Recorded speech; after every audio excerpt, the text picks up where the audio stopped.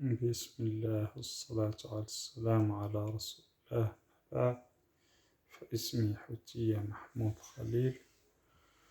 حقيقة لم أعد أعرف ولم أعد أدري كيف أوصف المضايقات اللي راني نتعرض لها.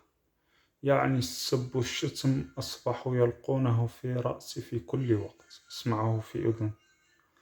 والآن تعدى الأمر إلى أن أصبح حتى الناس يسبونني ويسبوا أمري، يعني بكل بساطة. أظن أنه حان الوقت لحل وعقاب ردعي لقمع هؤلاء الذين أصبحوا يعني تخطوا كل الحدود. لذلك أنا أناشد الجهات معنا بالتدخل.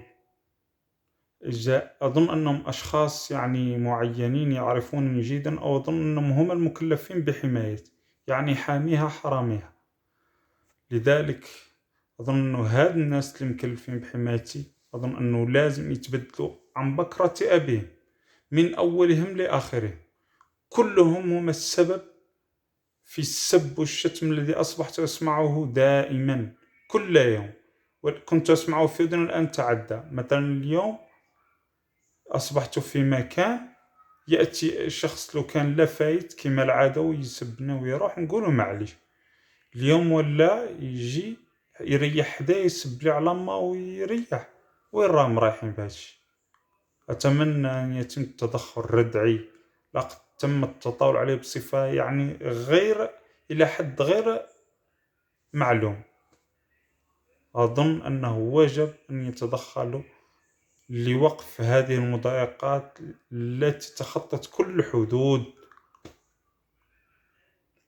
تحية لكل الشرفاء الذين هم إطارات في هذه الدولة، لكن أتمنى أن يكون عدد الشرفاء أكثر من عدد الماكرين الذين طغوا في البلاد. وحسبنا الله ونعم الوكيل.